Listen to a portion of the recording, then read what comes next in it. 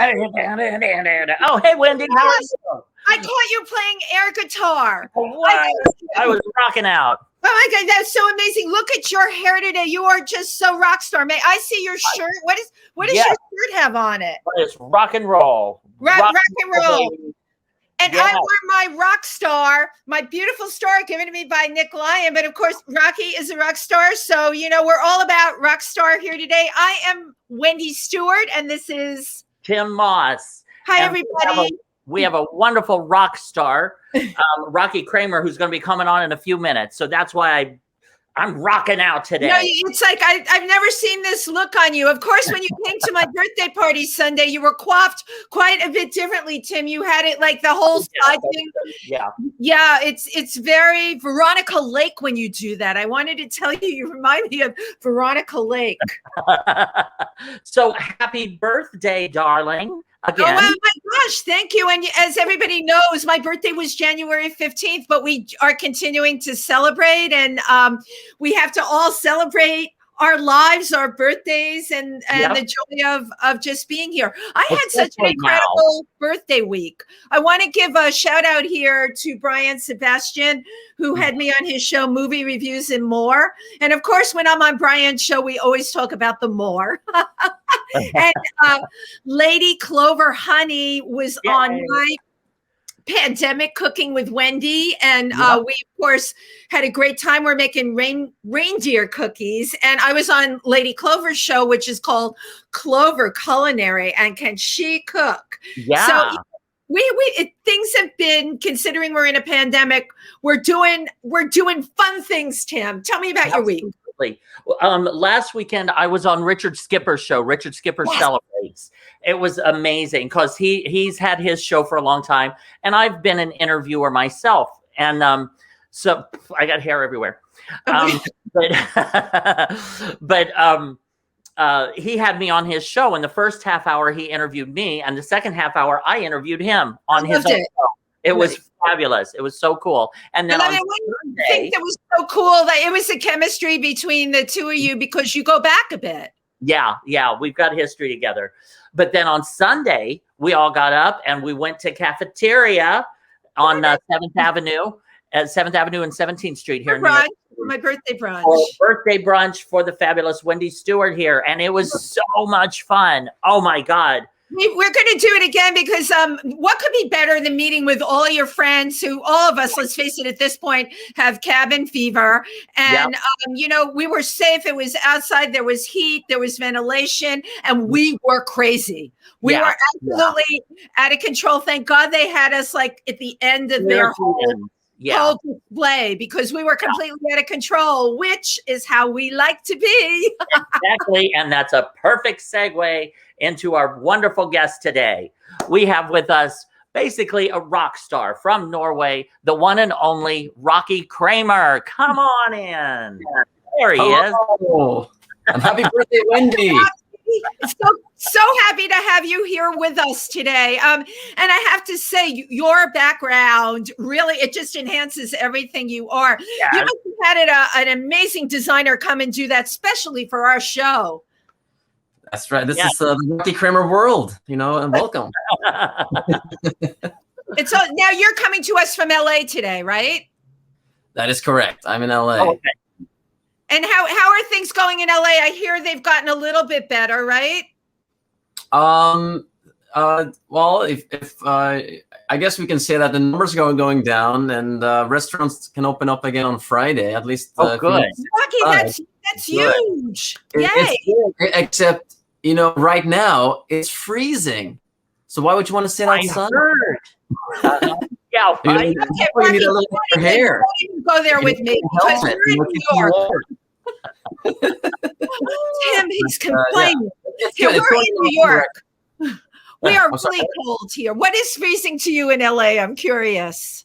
Well, okay, so keep in mind, I'm from Norway, so real freezing is actually like really cold. But here, it's interesting because once you get used to it being 70 or 80 every day, even when it's in the 40s, it's cold. It feels cold because the houses, I don't think they have the same it's not. It doesn't have that insulation, so it's just wow. it gets cold at night, so you have to have some heat on. So Well, I got a little heater next to me. Yeah, I've heard it's been getting down in like the 40s there. Yeah, it's unusual, and it has rain. Believe that it rains in California.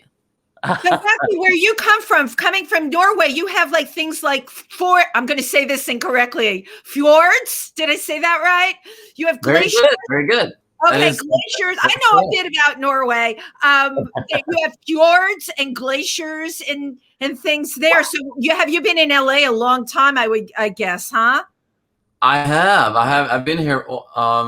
Actually, let me see. What year is it? That's the question we ask ourselves these days. I don't even know. 2021, finally. Getting close to 10 years, actually, in this September. So it's been a while, but I was in Norway a month ago. So, actually just like 3 weeks ago. So I still go there. I'm still there a lot. It's just now it's a little bit tricky because of traveling and everything, but I love it, and it's a very unique place. It's unlike something you've ever seen. So being in LA is different. Beautiful. Now, what I find interesting about Norway that a lot of people here don't know, it's got a major music scene.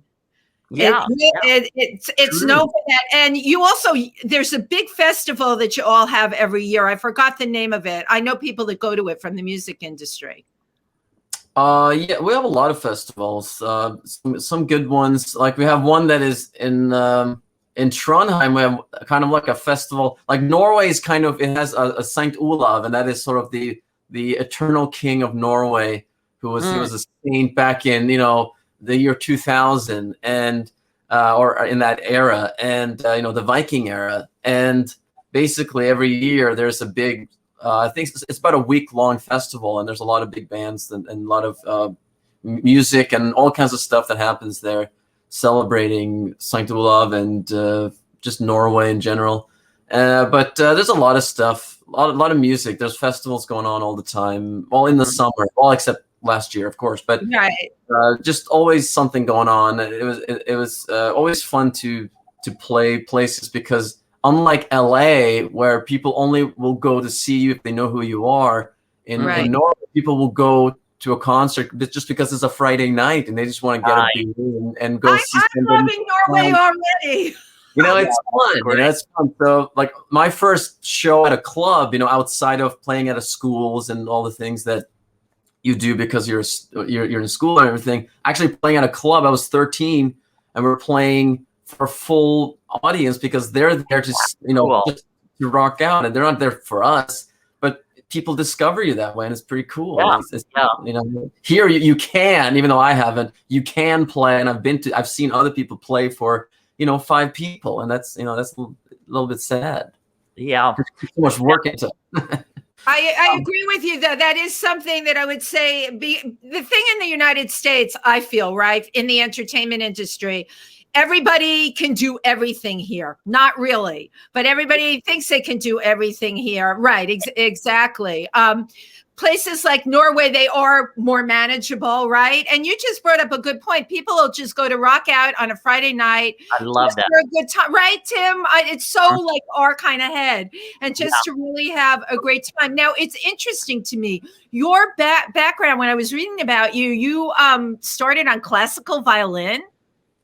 I did. So, and the reason for that is because my father, technically both my parents were, classical musicians. So my father was a violinist. He played first violin in the Trondheim Symphony Orchestra for over 40 years when he retired.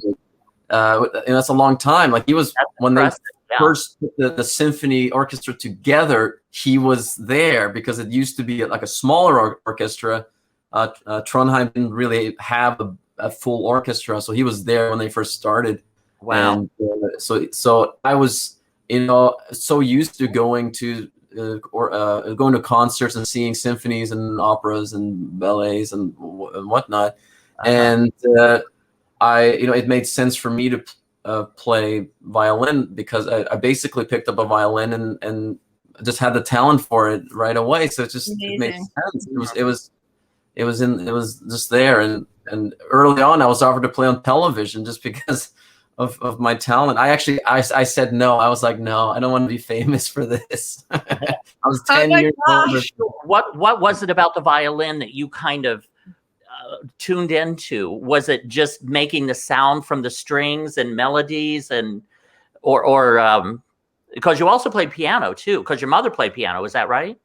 That's correct. And so that was kind of my bigger brother. He ended up playing piano, so I played violin, he played piano, and I played piano too. Even though he actually had a piano teacher, unlike me, who I learned everything on my own for the most part. Oh wow, that's impressive. But I did take violin lessons, so that's how I learned how to read and I guess you could say write music, and learn all the symbols and everything, and all the scales and which is a lot of stuff. And I learned that at an early age. I was about 7 when I started, so I just got that sort of early just education from music, but it was classical. And eventually, when I discovered rock and roll, I wanted to. Well, first I wanted to play drums, and then I wanted to play guitar because I like melodies. I think that particularly a guitar, but when I started on the violin, it was nice to be able to play melodies and play something that, in some cases, something that was written 300 years ago. I mean, it's amazing that music can be kept alive for that long. Not even because it's on a recording, but because you're playing it. You're doing it. You're playing something that was created centuries ago. It's an amazing thing. Yeah. And classical music really is the basis of all music. It's really a good basis to have. Now, for everyone watching, you're watching If These Walls Could Talk with hosts Wendy, Stuart, and Tim Moss. And the reason that my hair is all over the place today is I am rocking out. This is my rock look for our rock star guest, Rocky Kramer, who can be found at rockykramer.com. Now, in Norway, because I don't know Norway that much, were you kind of in the south or the north, or what part? Well, what's funny is that Norway is kind of shaped like a guitar. So if you think about it, there's a big section at the bottom, and then there's a long one, and then there's kind of a thicker thing at the top. You can say that's the stock. You got the neck, and then the body of the guitar. I'm right where it goes from being kind of fat to being thin. Okay. And it's the third largest city. It's called Trondheim, which I said earlier. And when I said largest, it's really, compared to American standards, it's pretty small. It's only about 200,000. And I think when I grew up, it was down around 150,000 or so. So it's not a lot of people, and people are kind of spread out. So you never feel like I would imagine in New York, you're always kind of, people are everywhere. We're on top of each other here. Right. Well, I mean, you are. I mean, buildings are high. That's not the mentality of Norway at all. Everything's kind of spread out, which you could argue LA is a little bit like that too, because LA is kind of stretched out like a pancake or a pizza. But just in Norway, there's a lot less people, and so it's there's not a lot of traffic or anything like that. You don't feel like you're running into people everywhere, which might be good. You don't necessarily want to. Interesting to go from a place like Norway, and then you're in LA. Now, I have a question. We hear all the time about crossover artists. Is it considered a desirable thing if you are from Norway or any of the Scandinavian countries to relocate to LA to really make your music career happen? Is that something that you think you have to do? I decided that that's what I thought I had to do, and I think that it is important to maybe most people. The Norwegian music scene, at least the people that are very successful, that are like the household names, they tend to be a certain type of artist that is more. It's almost like it's more in the pop, like a certain style of pop. And if you're doing that, it's great. And you kind of have a career for life, because the Norwegian artists, they just, they stick around. They don't go anywhere, and that's nice. But it's hard to get into that market. So LA is more open to kind of, I guess, more rock and those things. Not saying that there isn't any Norwegian rock. There's a lot of it, and Norway is actually very famous for its Norwegian black metal, which I'm sure both of you are really into. Yeah. But I've heard of it. It's actually, internationally speaking, it is a big thing. It is like Norwegian black metal is like it's a thing, and it's amazing. But it's not really something that I've ever really listened to, even though I'm quite familiar with it. That wasn't really my thing either. So that wasn't really, even though I had a lot of friends that were into it. So being more into sort of 80s rock and trying to sort of bring back the 80s, sort of, I thought that the place where the 80s really happened was LA. Like LA is right. The 80s might still be happening, if you know what I mean. Like there's a lot of bands that are still, living that 80s rock and roll dream. So I thought that LA was kind of known for that in the 80s, for music. So I'm sorry, I just kind of want to go back again to when you said 7, or you picked up the violin, and you had your father, who was basically a master at the time of the violin. So he would teach you the violin.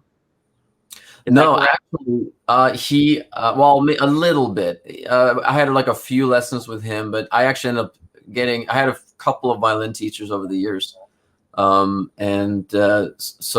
I guess probably because he didn't want to be the teacher. You know what I mean? Like when you're a parent, maybe you just want to say, I'm going to have somebody else. Rocky, it's like teaching your kid to drive a car. You don't want to do that. You end up killing each other. Get a driving instructor, please. I don't want to die. And I also love that you had 2 pianos. You had an upstairs piano and a downstairs piano.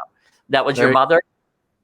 Yeah. So when my parents moved in together, they both had a piano. And I mean, my mother was a piano teacher. So it made sense for them to actually keep both, because they both wanted to play piano. And they are actually 2 different types of pianos. So they have a different tone. So you could argue that they're both valuable, and it allows 2 people to practice piano at the same time. Well, that's a good point. Right. You don't have to fight over sharing that piano when you have to like that. Now, sadly, your mother had passed away when you were fairly young, correct? Yeah. I was 5 years old. She had breast cancer, and that was a tough time, both before and after.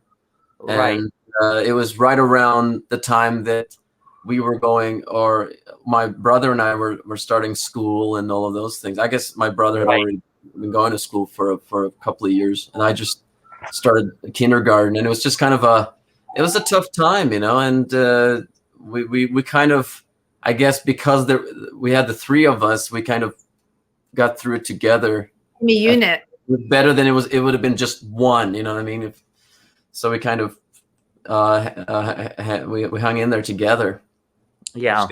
Did you have strong grandparents around at the time that could support you?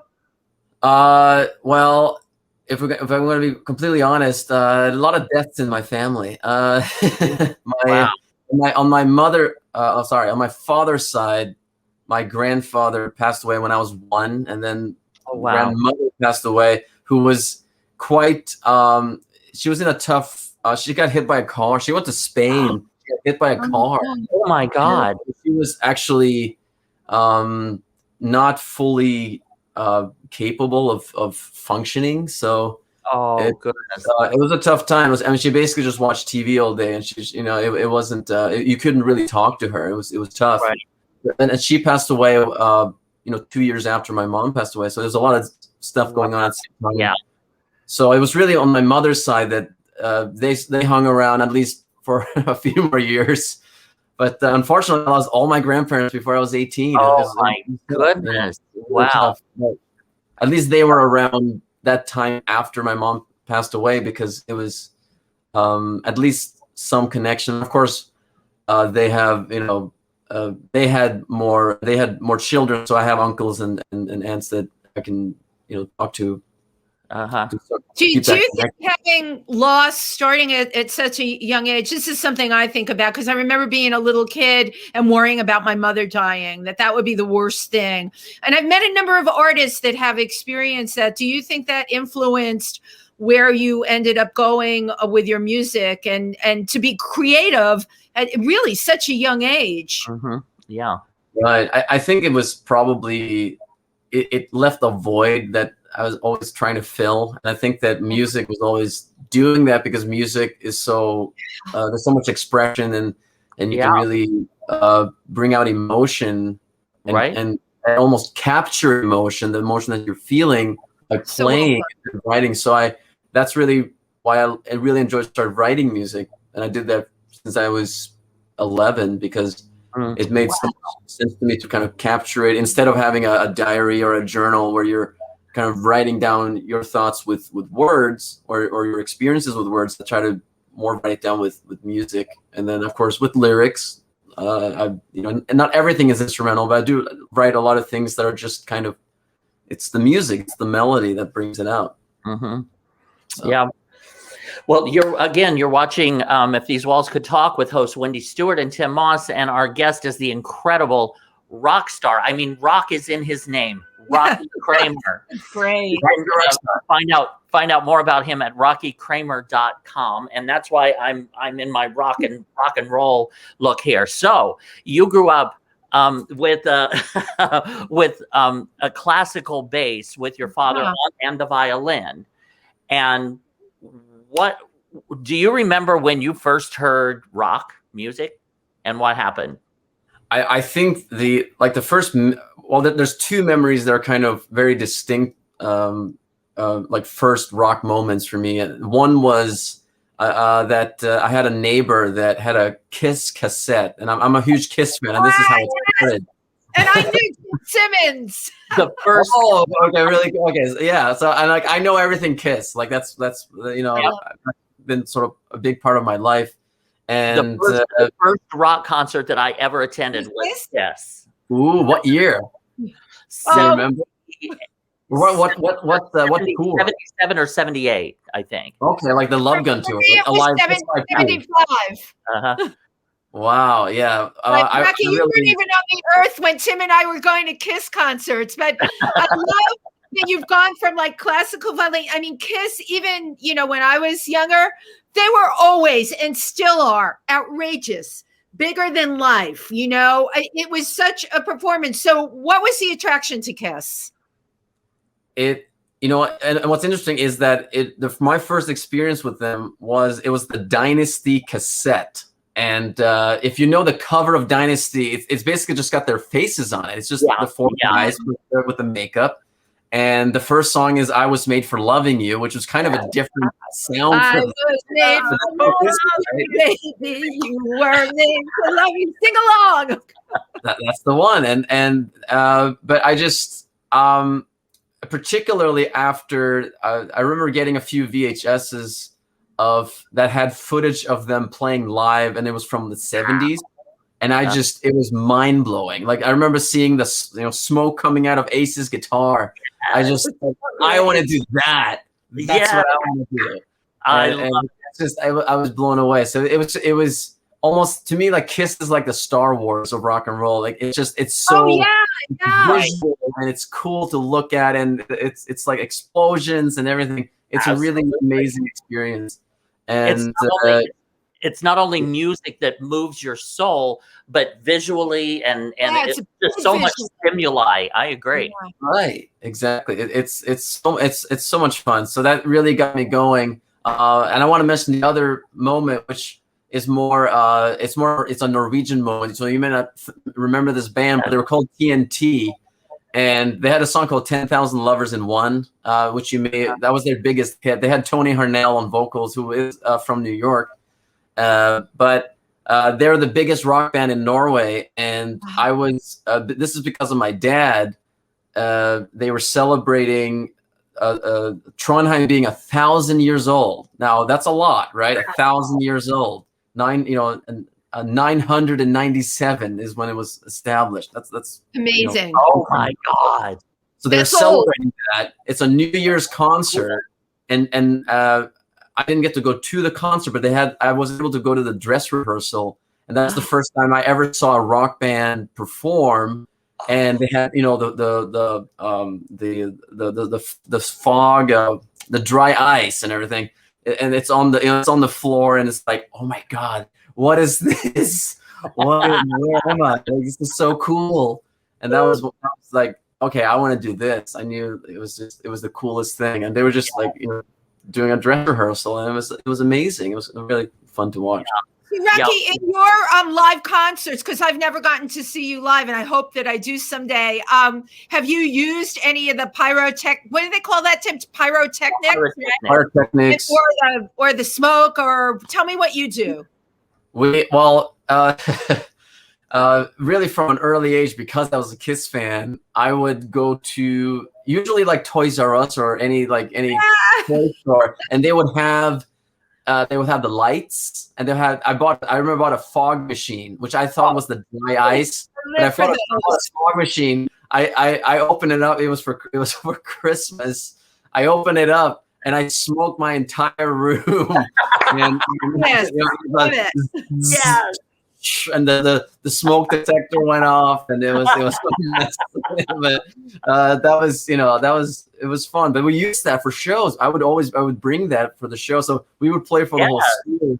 And I would have a friend of mine. He would trigger the smoke machine, or the fog machine, and all of a sudden they'd be like, oh my God.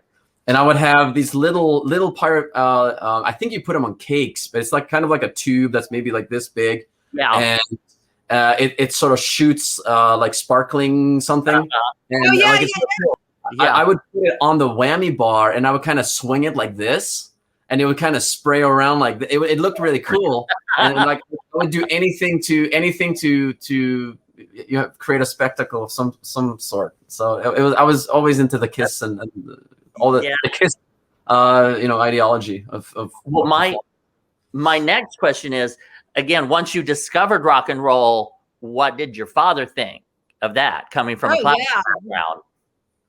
That's a good question. And what's funny is that about this one, my brother was the first one to get a guitar, and he got an acoustic guitar, it was shortly after my mom passed away. So it was. I'm not going to say it was like a replacement type of gift, but it was kind of maybe like this will keep your mind at something else. Exactly. So he got a guitar, and then I said, "Well, I want a guitar too." And my dad said, "No, you're a violinist. You're going to play the violin." So I was like, but I want to." So I would basically just go to my brother's room and borrow his guitar, and whenever he would say, "Can I have my guitar back?"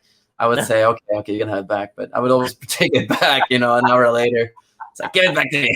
That's mine. But eventually I saved up enough money to buy my own guitar, and I bought an electric guitar. That's impressive. Wow.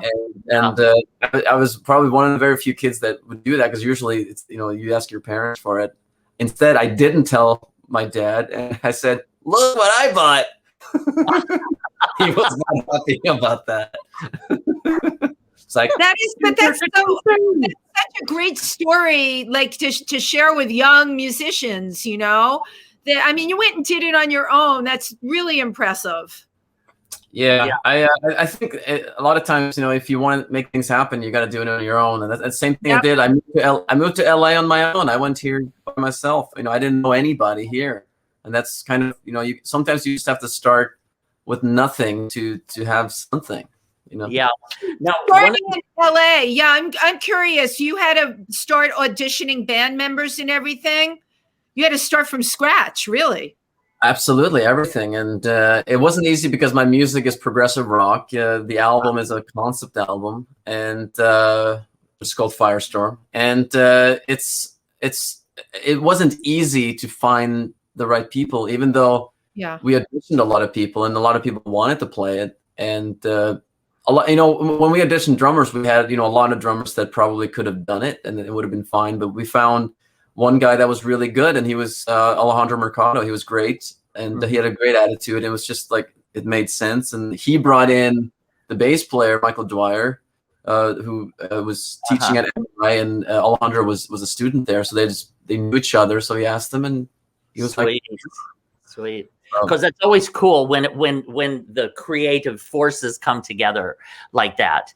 Yeah, for sure. One thing I'd like to do right now, if we can, we have the video of Rockstar, because I'm a rock star.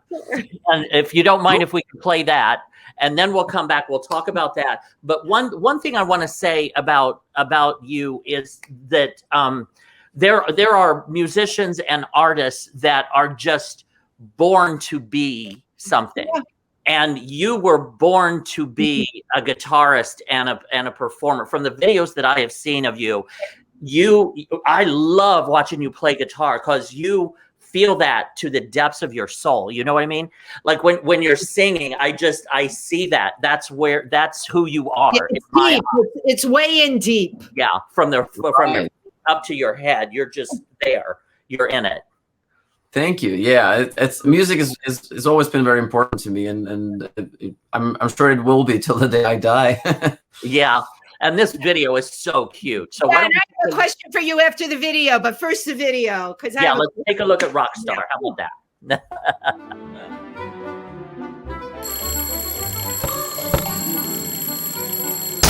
School, man. I hate school.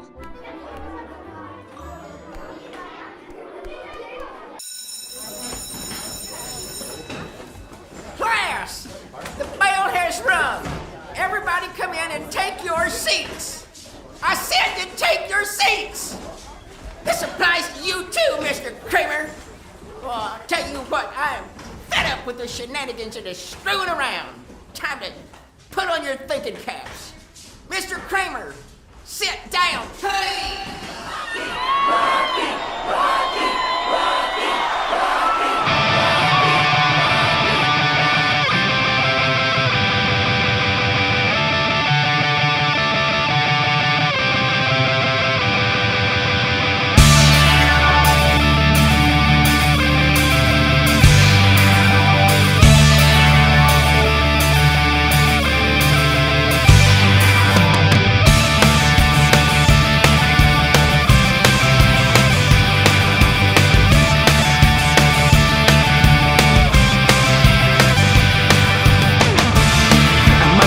Like a milkshake, and my mind is like a cake. I can't get out of this prison cell. I wake up every day in my own hell. I wanna get away, 'cause I won't be the one that you wanted to be. 'Cause I'm a rock star with style. Yes, I'm a rock star in leather. Oh, baby, I'm a rock star, so wild. It's far out that I'm a rock star. Big hair. Yes, I'm a rock star.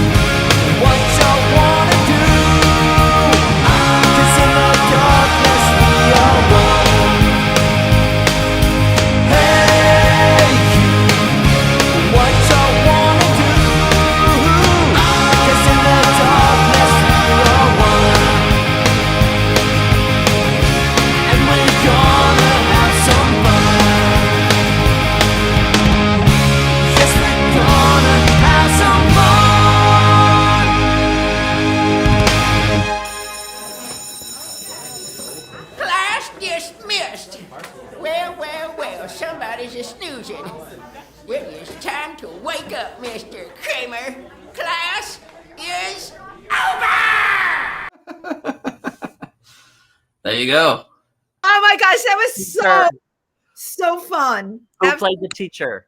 The teacher is Brandon Shepard, who basically, if you want to know the story, he had a teacher in school that this is pretty much based on, that the teacher is. And when we were going to do the music video, we thought maybe he should play, because he did the voice on the album. So we figured maybe he'll just play the teacher. So he loved it. He had a great time. Genius casting. Now I'm curious, why did you make yourself an animated figure? Why did you make yourself a cartoon character? That is really because we were talking about the longevity of hiring a child actor at 13, and then all of a sudden, a couple of years later, or 5 years later, they're 18 and they're fully grown and all that. So we thought that if we take a little Rocky animated character, we can have that character for life, and we can also use that character for other things. And we've been talking about a TV show, and it could be a movie. It could be we can use Little Rocky in other music videos. We can use Little Rocky for merchandise, and we can have T-shirts and little dolls, little Rocky dolls, and all those things. Cool. And it's ageless, and that's why it made more sense, because we actually originally we did audition real people, and I can show you pictures of them, but and that would have worked too. But we just thought it would have been more interesting and maybe more unique if there's an animated character in a live action music video. So because I thought maybe it was because you felt like you were different than the other kids. Right, I did too, Tim. I thought that too. I like that interpretation. I love that. That's great. And also want to point out, because the video is a teenage version of me dreaming about being a rock star. I want to be clear that that this isn't real. It's not in real time. It's not me saying like an arrogant rock star saying I'm a rock star. It is saying like I want to be a rock star. Dreaming of being in the future. That's what in the future. I did read that in one of your other interviews that you had, and I thought that's it's very cool that you want people to know that you're very humble about it, and that it's important, because it's important. That's a great thing.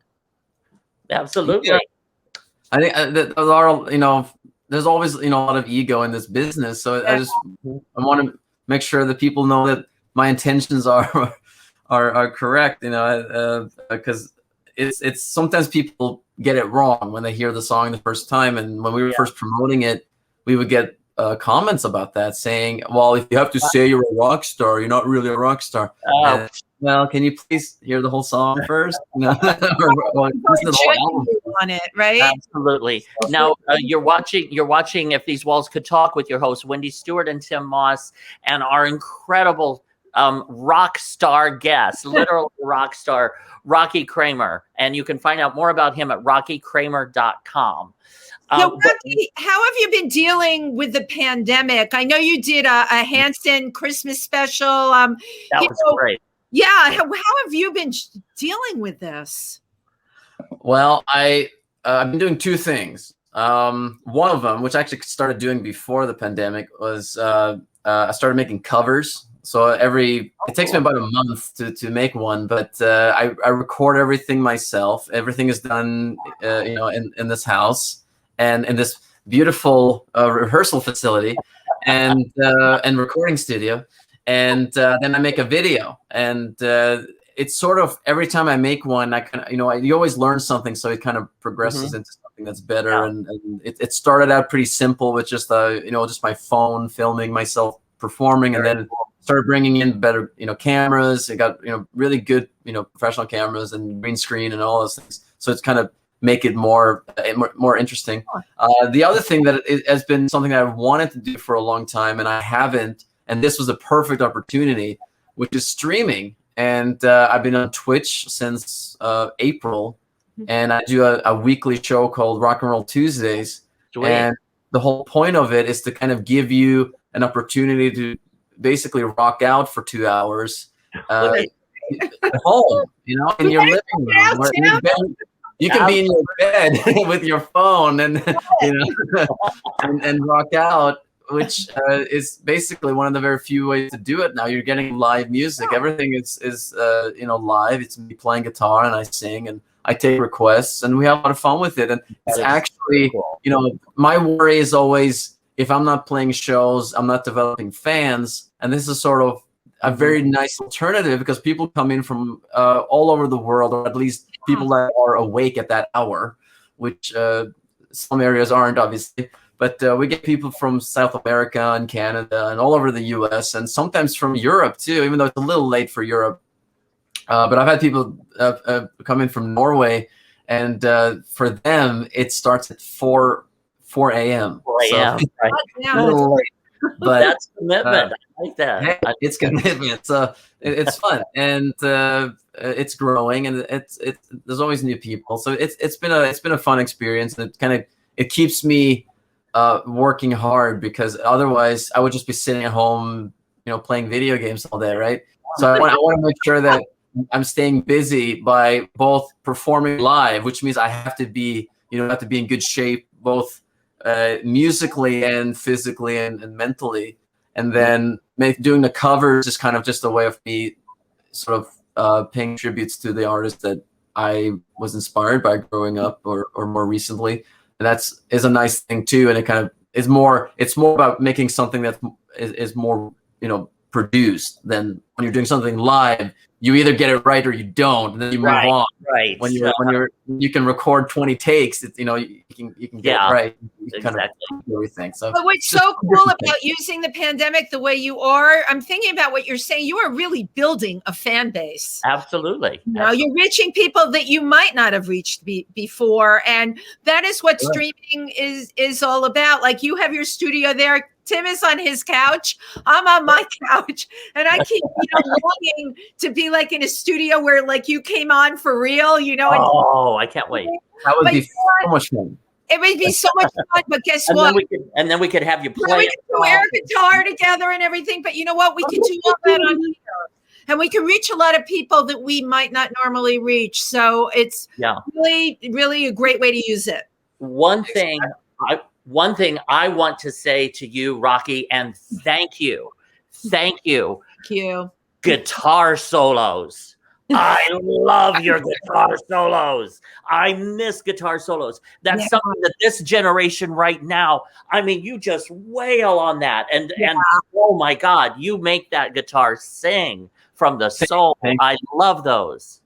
Thank you so much. That's actually one of the things that every time I make a cover, I try to fit in even the songs that don't have a guitar solo. I'm like, okay, I'm going to put a guitar solo in it, and it's going to be something cool, you know? And that's important. And but I mean, I love guitar, and it always just felt like when I play guitar, it's just, you know, it's a part of me. You know, I play music; it makes sense. I don't feel that way about a lot of other instruments, so that's why it's just always been important for me to make sure that people know that the guitar is you know, near and dear. Yeah. Well, unfortunately, we're coming to the end of the episode. I am loving chatting with you. We're going to have you back on again sometime soon. Yeah, absolutely. Thank you guys for having me. This was a lot of fun. Yeah. Is there anything else you wanted to say about your career, or something that we might not have touched on? I think that maybe right now, just make sure you follow me on Twitch. It's pretty simple. It's just Rocky Kramer, one word. So you can just go to rockykramer.com. There's links to everything. Follow me, and you know, that's always your website. Your website as well. Yeah. The website, rockykramer.com is always good. It's got links to everything, so that's a good one. Great.